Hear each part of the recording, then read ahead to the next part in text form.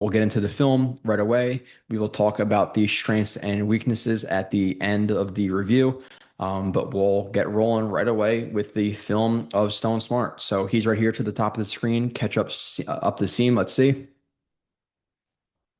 Okay, a little bit of an outside stem, breaks inside, gets inside of this expanding safety into the curl to flat, and makes a pretty athletic catch. And just showing off some of the athleticism here for Smartt. You see some of the acceleration, you see some of the speed, the ball tracking. Not making Justin Herbert not making the throw or the ball very easy on him in terms of just putting it on him.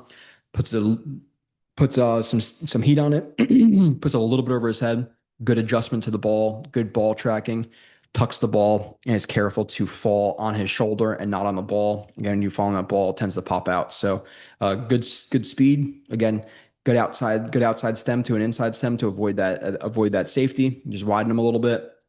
Catch, look at the ball in, good tracking of it, good hands, good athleticism to adjust to said ball. Um, Smartt trucked. Okay, so we have him in the run game. He's not in the picture, so I'm assuming he's going to come from the left side based on that linebacker. Okay, so yeah, the left side, and he's running. And he's just sifting. He's blocking. He's trying to kick out the backside of this zone run. And in terms of like the technique and stuff, like it's really not even that bad. Like he lowers himself, comes into the block with momentum, gets the shoulder proper in terms of outside shoulder versus inside shoulder.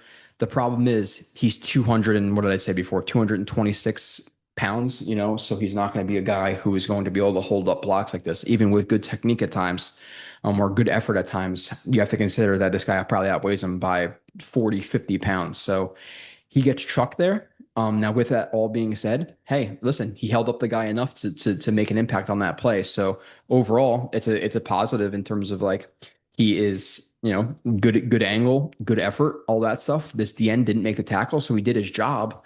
But we see him get absolutely mollywopped there, right? Because of his size. That wasn't really a technique thing. The technique was pretty solid. Um, Stone bad block hesitant. Okay, so 84 right here. Let's watch. Okay.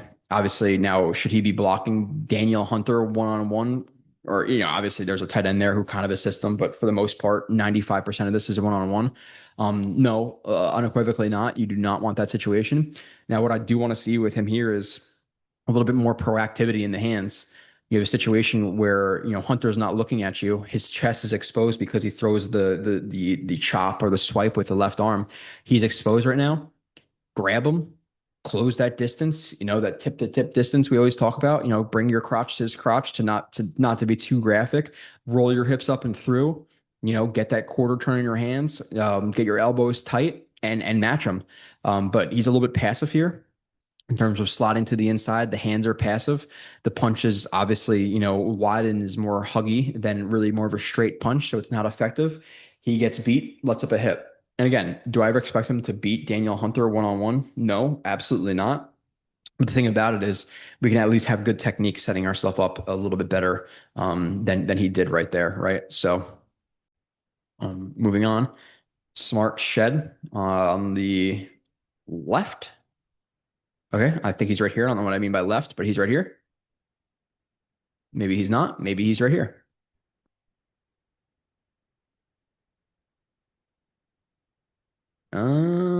Did I just jack this up completely? 88, 79. Okay. I don't know. I don't know what I did here to be completely transparent. Okay, sorry about this one, guys. I'm gonna have to cut this out. So this is not gonna be in the review. Nanya, sorry. All right, play five. Face crossed on 3rd and 1. All right, so we have him, I believe, right here attached to the line of scrimmage. Let's see him get his face crossed. Okay, so again, I understand that he's not the strongest guy in the world, all that stuff, but we still want to have good technique, good angles, right? So he's on the backside of what looks like just tight zone. And right here, again, the worst place to get beat is to the inside, because if he beats you to the outside, he's most likely, with the timing of this running back's going to be getting vertical. He's going to be out of the play. The one place we can unequivocally not get beat is to the inside shoulder and let him flatten out across our face. So if anything, we want to get again vertical and outside. We don't want to take more of a shallow angle, inviting him to cross our face. He takes an angle that's a little bit too shallow. 99 dives inside, takes on the inside shoulder. Smartt barely touches him for all intensive purposes. He crosses his face immediately. Why? Because his angle is too flat. The angle is too flat. Got to take a more conservative angle over the top there. And yeah, I don't think he's going to hold up versus defensive end, but can he hold up for at least a second instead of zero? 0.1 seconds. Okay. Smartt bottom touchdown yak. Okay, so he's right here attached to the line of scrimmage. Okay, we got the corner out. Got a yak opportunity, broke a tackle, extra 25-ish yards for a touchdown. We'll take it. I don't know what the lag is there, but what I do like is lightening the near leg, right? If you put a lot of weight on the near leg when it comes into the tackle, if that corner safety is to hit the near leg and knock it out from under him, a lot of his balance is based off of that leg because a lot of his weight is on it. So you want to pull the near leg. He pulls the near leg up, stiff arms the shoulder, stiff arms the arm downwards and away from him, works past the arm tackle, runs for some yak. Good touchdown there. Now, in terms of the route, obviously it's pretty uncontested, so there's really not much there. Wider stem gets inside. I do like that he seemingly clears himself a little bit with the hands with like a double swipe, get on the corner, get uncontested, but the yak is good at the end. Um, Top drop touchdown nailed. Okay, so he gets rocked here. Top of the screen on the line of scrimmage. Yeah, one, want to see him catch it, but two, he gets absolutely dropped. So, he runs a dig route. Now, I think he could have played with his angle a little bit better here. He just takes it straight vertical. There really is no stemming. Stemming outside, they get inside, inside to outside to inside. There's really not much playing with it there. Now he does have some size on this guy, so he's able to create a little bit of separation at the top. I do like that at least. Okay, he gets his arm inside, holds his line a little bit, push off as he breaks. That break step's a little bit shallow. Nonetheless, he gets out of it. Ball is there for him to catch. Bounces off his hands, gets rocked after it.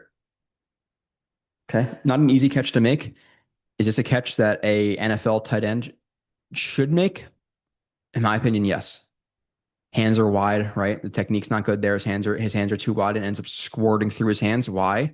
Because that dead time right there for his right hand to get on the ball. If his hands are tighter, there's less dead time, better chance of the ball not slipping through your hands. It does, and then he takes a huge shot from 36. Huge shot. But obviously, want to catch that football. Smartt win out dancing. All right. He's the number 2 in the slot right here, I believe.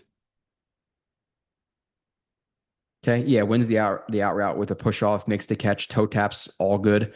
A little bit too much dancing in terms of, we got like a triple, like a double rocker.